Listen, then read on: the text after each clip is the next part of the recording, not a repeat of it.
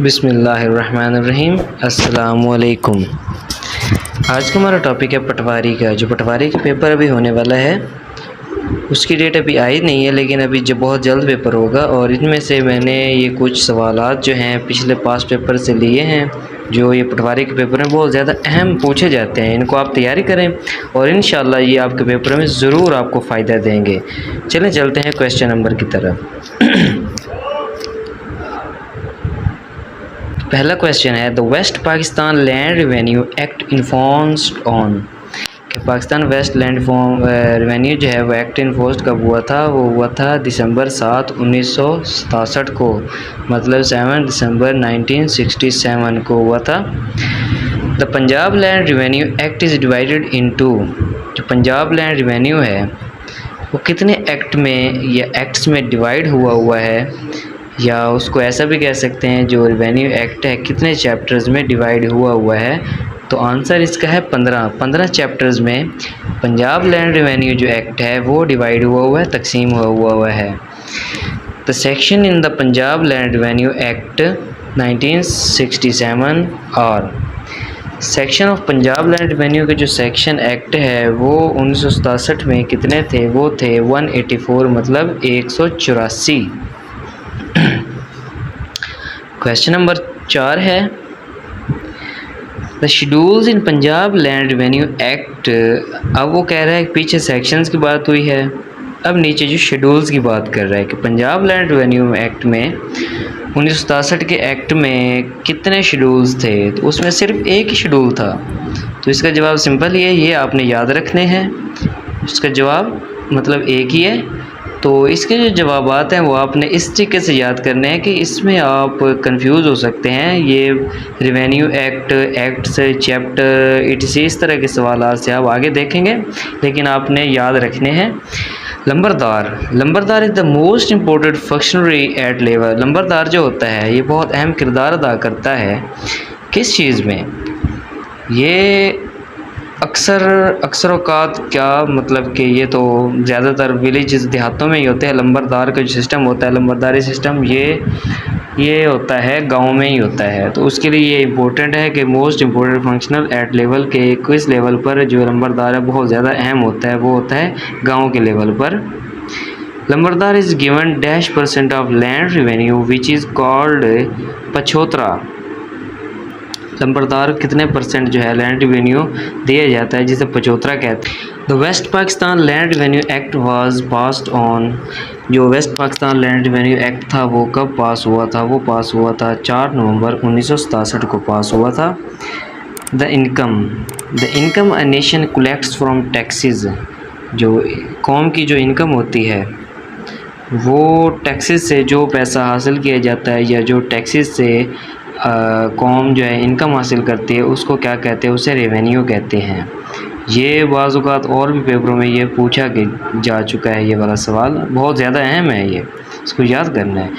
Holdings of landlord के landlord या land record भी कह सकते हैं कि किसी भी ज़मीन का जो है आपने होल्डिंग करनी है, मतलब उसके देखभाल या उसका जो खाता है उसको खोलना है, तो उसका मतलब ये कहता है कि उसको खाता कहते हैं। होल्डिंग्स ऑफ अ लैंडलॉर्ड, किसी चीज़ के बारे में मुतल्लिक मालूमात रखना या उसके बारे में, उसे खाता कहते हैं। A list of honours holding is called. अगर एक ऑनर्स की होल्डिंग्स के बारे में पूछा जाए कि वो क्या होती है, तो वो खीवत नंबर होता है, उसे खीवत नंबर कहते हैं। Survey number is also called. जो सर्वे किया जाता है बाज़ औक़ात के गाँव में या देहातों में, उस सर्वे नंबर को दूसरे नाम से भी जाना जाता है, उसको कहते हैं खसरा नंबर भी जाना जाता है। Village officers are. अब जो विलेज के ऑफिसर्स होते हैं उनको क्या कहा जाता है? उनको कानूनगो भी कहा जाता है, पटवारीज भी कहा जाता है, और उनको कुटार्स भी कहा जाता है, लंबरदार्स भी कहा जाता है। ये 4-5 किस्म के होते हैं, कानूनगो, पटवारीज, कुटार्स एंड लंबरदार्स। ये जो एक गाँव होता है उसके ये ऑफिसर्स होते हैं। Hereditary lambardari system was abolished by.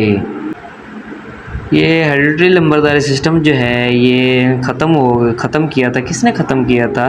ये जो है लंबरदारी सिस्टम है ये ख़त्म किया था सुप्रीम कोर्ट ऑफ पाकिस्तान ने, सुप्रीम कोर्ट ने ख़त्म किया था। Hereditary nambardari system abolished by SC. फिर उसके बाद जो है ये नंबरदारी सिस्टम जो ख़त्म हुआ था वो एससी से हुआ था, 2002 में हुआ था। What is the period of limitation on appeal before collector, कि कितनी लिमिटेशन होनी चाहिए पीरियड की कि अपील के बाद वो कलेक्टर जो है कलेक्ट कर सकते हैं, वो होती है 30 दिन। 30 दिनों के बाद जो है वो अपील जो है आपकी 30 दिनों के बाद ख़त्म हो जाती है। What is the period of limitation on appeal before commissioner, अब वो बात कर रहा है, पहले ऊपर कहते कलेक्टर की बात कर रहा था, अब वो कह रहा है कमिश्नर की बात कर रहा है। तो कितनी लिमिट होती है, पीरियड कितना होता है अपील की, अपील से पहले का, तो वो कमिश्नर के लिए होते हैं 60 डेज़, बिफोर कमिश्नर से 60 डेज़ होती है। उसके बाद है जी what is the period of limitation on appeal before board of revenue, अभी से कलेक्टर की भी थी, कमिश्नर की भी आ गई, अब यहाँ पर वो कह रहा है बोर्ड ऑफ रेवेन्यू के कितनी अपील मतलब कितनी लिमिटेशन पीरियड होता है, उसको होता है 90 डेज़, 90 दिन होते हैं। अच्छा, उसके बाद है the types of revenue officers are, अब पीछे जो मैंने आपको बता दिया है कि वो तो चलो विलेजेस के लिहाज से होते हैं, लेकिन विलेजेस के लिहाज से भी उनको विलेजेस के लिहाज से भी रेवेन्यू के जो ऑफिसर्स होते हैं वो होते हैं कानून गो, पटवारीज, कोर्टाज और लंबरदार्स होते हैं। Revenue administration of tehsil is interested to tehsildar से, ठीक है। Inspection of harvest is guard, अब जो गंदम की या किसी भी काश्तकारी की जो इंस्पेक्शन की जाती है उसको क्या कहते हैं, उसको गिरदवारी कहते हैं।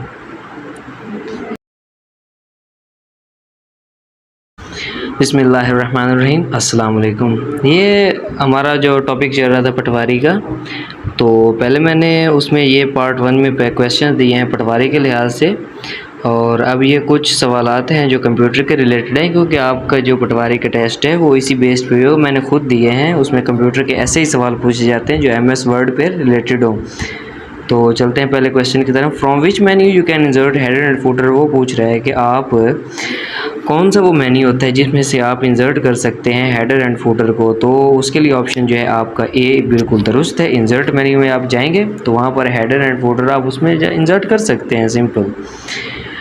To get to the symbol dialog box, अगर आपने सिंबल जो डायलॉग बॉक्स का लेके आना है तो कहाँ पर आप किधर जाएंगे, क्या करेंगे, तो आपने सिंपल क्या करना है, click on the insert and choose symbol. Dash option from clipboard is used to move data from one place to another in a document. Clipboard में अगर आपके पास कोई डाटा पड़ा है उसको अगर आपने मूव करना है, मतलब एक जगह से दूसरी जगह लेकर जाना है या एक डॉक्यूमेंट से दूसरे डॉक्यूमेंट्स में लेके जाना है, तो उसके लिए आप क्या पेस्ट करेंगे, तो उसके लिए आप कट एंड पेस्ट जो है वो इस्तेमाल करेंगे। वहाँ से आप कॉपी पेस्ट नहीं करेंगे, क्योंकि क्लिपबोर्ड में ऑलरेडी ही कॉपी पेस्ट मटेरियल ही आता है। Dash is an option in font group, ये 4 ऑप्शन दिए हुए हैं, इनमें से वो पूछ रहा है कि कौन सा जो होता है वो फॉन्ट ग्रुप में होता है और कौन सा नहीं होता। Dash is an option in font group. Find तो सारी बात है, ये तो फॉन्ट ग्रुप का है ही नहीं, फॉन्ट साइज नहीं है ना, फॉन्ट ग्रुप का हिस्सा है, रिप्लेस भी नहीं है। चेंज स्टाइल्स किस चीज़ का, किस शेप का भी हो सकता है, तो उसका भी नहीं है। तो स्ट्राइक थ्रू जो है इसका ऑप्शन दुरुस्त है। Name the button in the picture, अगर आपने पिक्चर में नेम द बटन, अगर आपने बटन का नाम चेंज करना है या पिक्चर का बटन चेंज करना है तो उसके लिए आप क्या करेंगे, उसके लिए हाईलाइटर टूल करेंगे। मतलब किसी भी चीज़ को आपने हाईलाइट करना है, किसी भी चीज़ को नाम देना है, पिक्चर के बटन को हाईलाइट करना है, ये जो भी है सो ऑन, उसके लिए आप क्या करेंगे, हाईलाइटर टूल इस्तेमाल करेंगे। Shortcut for document views tool bar is situated in, shortcut document view tool bar जो है वो कहाँ पर सिचुएट होता है, कहाँ पर वाक़या होता है, वो होता है स्टेटस बार में। Bullets and numbering is in, bullets and numbering कहाँ पर मौजूद होती हैं, वो कौन से टैब में मौजूद होती हैं, वो होम टैब में जाएंगे, वहाँ पर आपको ये नंबरिंग एंड बुलेट्स या बुलेट्स एंड नंबरिंग ये आपको मिल जाएंगे। टू ओपन एग्जिस्टिंग डॉक्यूमेंट, अगर आपने कोई भी पीछे वाला डॉक्यूमेंट्स ओपन करना है, जैसे आपने कोई यूज़ किया है, आप कहते हैं कि मैं फिर दोबारा फोल्डर में न जाना पड़े, तो आप क्या करेंगे, सिंपली आप उसके MS ऑफिस बटन पे जो लेफ़्ट कॉर्नर पे बिल्कुल एप्लीकेशन के या वर्ड के, एक्सेल के या पावर पॉइंट के बिल्कुल लेफ़्ट कॉर्नर पे जो MS का बटन होगा, जो फाइल होगी, उस पर आपने क्लिक करना है। वहाँ पर नीचे ऑप्शन आ जाएगा ओपन का। ओपन के में आगे आपने क्लिक करना है तो आपके फर्दर जो आपने यूज़ किए होंगे रिसेंटली वो सभी ओपन हो जाएंगे। उसमें से आप सिलेक्ट कर लें कि आपने कौन सा एग्जिस्टिंग जो डॉक्यूमेंट्स था वो आपने यूज़ करना है। Cut copy and paste is in. अब वो कह रहा है कि कट कॉपी एंड पेस्ट जो है ये किस टैब में, ये होम टैब के या किस टैब में ये मौजूद होते हैं, तो वो बिल्कुल क्लिपबोर्ड में मौजूद होते हैं। जो लेफ़्ट साइड पे होम के बिल्कुल लेफ़्ट साइड पे क्लिपबोर्ड का एक अलग टैब होता है, उसमें ये मौजूद होते हैं। Dash is use to convert from upper case to lower case and vice versa. अच्छा, वो कह रहा है कि कन्वर्ट करना अपर केस को लोअर में, लोअर को अपर में, तो ये सिस्टम जो है वो क्या कहलाता है, इसको टॉगल केस कहते हैं। टॉगलिंग मतलब अपर से लोअर, लोअर से अपर में चेंज करने को टॉगलिंग कहते हैं, मतलब टॉगल केस। प्रेसिंग F8 की फॉर 3 टाइम्स सिलेक्ट। अगर आप F8 की को प्रेस कर रहे हैं 3 टाइम्स, 3 दफ़ा आप मतलब कि बहुत ज़्यादा स्लो भी नहीं करना, मतलब तकरीबन नॉर्मली से ही आप उसको प्रेस कर रहे हैं, तो वो क्या करेगा 3 टाइम प्रेस करने से, तो वो एक पूरा सेंटेंस को, जितना आपने सेंटेंस लिखा होगा डॉट तक, वो आपका सिलेक्ट कर लेगा। What is the shortcut key you can press to create a copyright symbol. हाँ, अगर आपने कॉपीराइट का सिंबल MS वर्ड में यूज़ करना है तो उसके लिए आप क्या प्रेस करेंगे, उसके लिए आप प्रेस करेंगे Alt plus Control plus C। ये जब आप प्रेस करेंगे तो आपका ऑटोमेटिकली सिंबल जनरेट हो जाएगा कॉपीराइट का। उसके बाद आंसर है what is the smallest and largest font size available in font size tool on formatting tool bar. हाँ, अगर आप यूज़ कर रहे हैं तो अगर आप किसी भी टेक्स्ट को नंबरिंग देना है, सॉरी आप साइज़ देना चाहते हैं, तो वो उस चीज़ का पूछ रहा है कि आप मिनिमम कितना साइज़ दे सकते हैं और मैक्सिमम कितना साइज़ दे सकते हैं। तो मकसद ये है कि MS में मिनिमम कितना साइज़ होता है फ़ॉन्ट का और मैक्सिमम कितना होता है जो उधर अवेलेबल होता है फ़ॉन्ट में। वैसे तो आप कोई भी दे सकते हैं, 500 तक एक्सेल जा सकता है, सॉरी 500 तक नहीं, ज़्यादा तक जा सकता है, 1600 समथिंग है। और उसमें यह है कि 8 एंड 72 जो मिनिमम होता है वो 8 होता है, 72 जो है वो लार्जेस्ट होता है। ये बाय डिफ़ॉल्ट की बात कर रहा हूँ, जो बाय डिफ़ॉल्ट दिए गए होते हैं। विच of the following is graphic solution for word processor, कि ग्राफिक सोल्यूशन जो है वर्ड प्रोसेसर के लिए कौन सा बेहतर है। उसके क्लिप आर्ट ग्राफिक्स अगर आपने यूज़ करने हैं MS वर्ड में, एक्सेल में, पावर पॉइंट में, तो उसके लिए आप क्लिप आर्ट में जाएंगे। क्लिप आर्ट में जाकर आप कोई भी ग्राफिक यूज़ कर सकते हैं। The key stroke Ctrl+I is use to, Ctrl+I जो है ये शॉर्टकट की है। ये आप जब प्रेस करेंगे Ctrl+I जब आप यूज़ करेंगे, प्रेस करेंगे, तो आपका जो भी सिलेक्टेड टेक्स्ट होगा वो इटैलिक हो जाएगा, मतलब थोड़ा सा टेढ़ा हो जाएगा। A character that is raised and smaller above the base line is known as. हाँ, अगर एक आपने कोई भी लफ्ज़ लिखा है, तो जैसे फॉर एग्जांपल मैं आपको बता दूं, आपने मैथमेटिक्स में देखा होगा a square plus b square, जो a के ऊपर स्क्वायर है मतलब 2 है, उसको हम क्या कहते हैं, सुपर स्क्रिप्ट कहते हैं, उसको सुपर स्क्रिप्ट कहते हैं। और जो नीचे होता है और उसे कहते हैं जी subscript. Thesaurus tool in MS Word use for, thesaurus tool जो है MS वर्ड में किस लिए इस्तेमाल होता है, ये स्पेलिंग चेक, सॉरी ये सिनोनिम एंड एंटोनिम के लिए इस्तेमाल होता है। किसी भी आप वर्ड की मुश्किल आ रही है तो उसका आप एंटोनिम और या उसका सिनोनिम, उसका मानी आप उसकी मदद से मालूम कर सकते हैं। Why drop caps are use in document, drops caps क्या होती हैं, ये डॉक्यूमेंट्स में क्यों यूज़ की जाती हैं। कोई भी आप इंग्लिश नावल ले लें, इंग्लिश न्यूज़पेपर ले लें, उसके बिल्कुल लेफ़्ट कॉर्नर पे स्टार्ट में, पैराग्राफ के बिल्कुल स्टार्ट में और उसके जो नावल है उसके बिल्कुल स्टार्ट में आपको एक बड़ा लफ्ज़ नज़र आएगा, A है, B है, FSO जो भी है, वो उसकी जो है वो ड्रॉप कैप्स होती हैं। तो ये इसलिए इस्तेमाल करते हैं, जैसे ये नीचे C ऑप्शन दिया हुआ है, to begin a paragraph with large drop initial capital letter, मतलब एक ही जो है इनिशियल लेटर जो है वो बड़ा हो सकता है, और ये खूबसूरती के लिए भी इस्तेमाल होता है।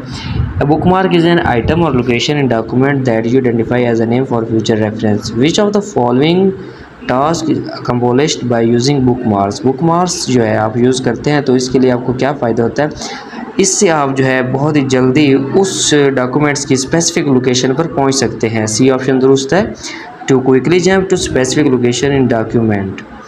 विच of the following is not valid version of MS office, कि कौन सा वैलिड वर्जन MS का नहीं है। तो सिंपल वो ऑफिस जो है ऑफिस विस्टा इसका वर्जन मतलब वैलिड वर्जन नहीं है। बाकी XP भी है, 2007 भी है, ऑफिस विस्टा नहीं है।